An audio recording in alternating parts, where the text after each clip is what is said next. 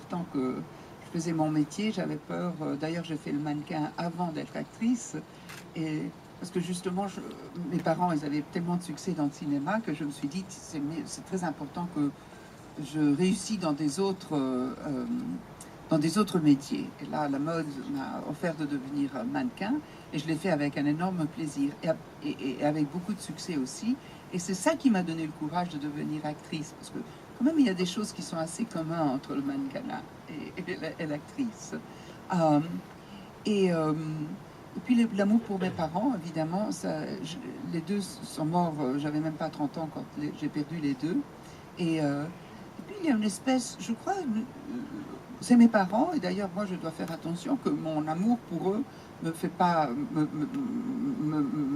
comment est-ce qu'on dit, me pousse pas à faire des choses trop fortes vers eux. Mais je crois que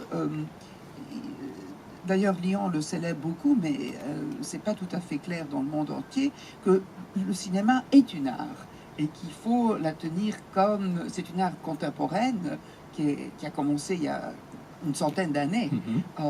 Donc des fois, on n'a pas dans les musées, ou dans les Lyon, c'est pas Lyon est atypique, mais sinon les autres pays, ils ont des fois pas des budgets pour restaurer le cinéma, pour le tenir, pour le maintenir, etc.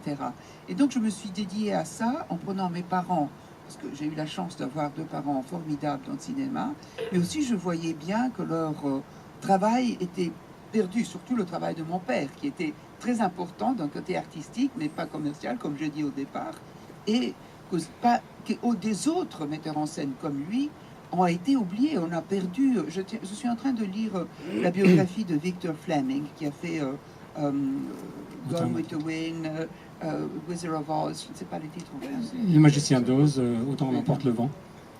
Et donc, lui, il a fait des films muets, dont la plupart sont allés perdus. Même, il avait fait des films de guerre. Il était le cinéaste qui a suivi le président Wilson quand il était arrivé ici à la fin de la guerre mondiale. Et tout ce matériel a été perdu. Quand même, c'est incroyable. Historique, le président des États-Unis, la paix avec l'Europe et tout ça. Incroyable.